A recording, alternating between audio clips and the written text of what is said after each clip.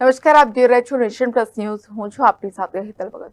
વડોદરામાં Akashvani radio station ખાતે વિશ્વ પર્યાવરણ દિવસ નિમિત્તે વૃક્ષારોપણ કરવામાં આવ્યું હતું.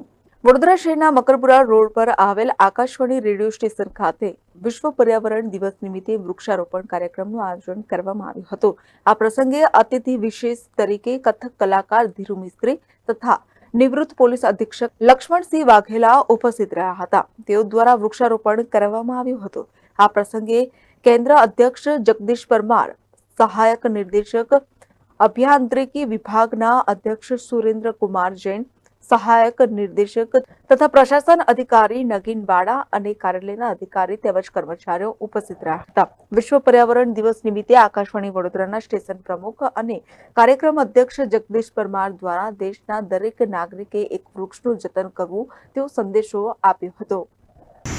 સૌપ્રથમ હું વડોદરા ઓલ ઇન્ડિયા રેડિયોનો આભાર માનું છું કે આજે વિશ્વ પર્યાવરણ દિવસે મારા હાથથી વૃક્ષારોપણ કરાવ્યું તે બહુ હું આપનો આભાર માનું છું. અત્યારે વિશ્વની સૌથી મોટી સમસ્યા જો હોય તો પર્યાવરણની છે, કારણ કે આગામી વર્ષોમાં જો અત્યારથી આપણે પર્યાવરણનું ધ્યાન નહીં રાખીએ તો આગામી વર્ષોમાં ભયંકર જુદા જુદા રોગોનો આપણે સામનો કરવો પડશે. મને યાદ છે 35 વર્ષ પહેલાં મેં પર્યાવરણનું કંઈક ડોક્યુમેન્ટરી બનાવી હતી. એનું નામ હતું વીર પસલી.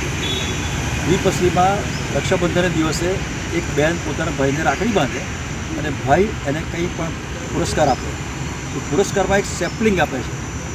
એ સેપલિંગ વર્ષ પછી મોટું વૃક્ષ થાય છે અને એ જે દીકરી હતી એ ભવિષ્યની મોટી પર્યાવરણ ઓફિસર થાય છે ગુજરાત સરકારમાં.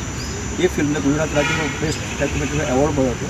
અને મને બહુ આનંદ છે કે ઓલ ઇન્ડિયા રેડિયો વડોદરા કેન્દ્ર આ પ્રમાણે જાગૃત છે અને મારા તરફથી અને ડીએસપી સાહેબ તરફથી આજથી વૃક્ષારોપણ કરાવ્યું એ બદલ હું આપનો આભાર માનું છું. Thank you. પૃથ્વીની ઉત્પત્તિ થઈ ત્યારથી આજ દિન સુધી માનવજાત આજે જે પરિસ્થિતિમાં છે અને ભગવાને તમામ સુવિધા એને આપી છે, તેમ છતાં પણ કુદરતની આગળ વામણા છે. આજે આપણે જાણીએ છીએ આજે પર્યાવરણના દિવસે ખાસ મેસેજ એ આપવાનો કે વૃક્ષ છે તો વરસાદ છે, તો વરસાદ છે તો પાણી છે, અને પાણી છે તો આપણે બધા છે, અને પાણી હશે તો આપણે જીવી શકીશું.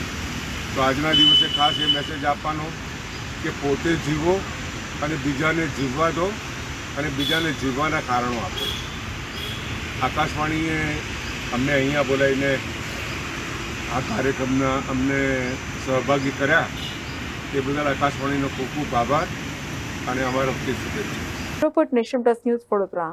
સમાચારોના સતત અપડેટ મેળવવા માટે અમારી નેશન પ્લસ ન્યૂઝની યુટ્યુબ ચેનલને સબસ્ક્રાઇબ કરો, બેલ આઇકન દબાવો અને જોડાયેલા રહો ફેસબુક, ઇન્સ્ટાગ્રામ અને ટ્વિટર પર.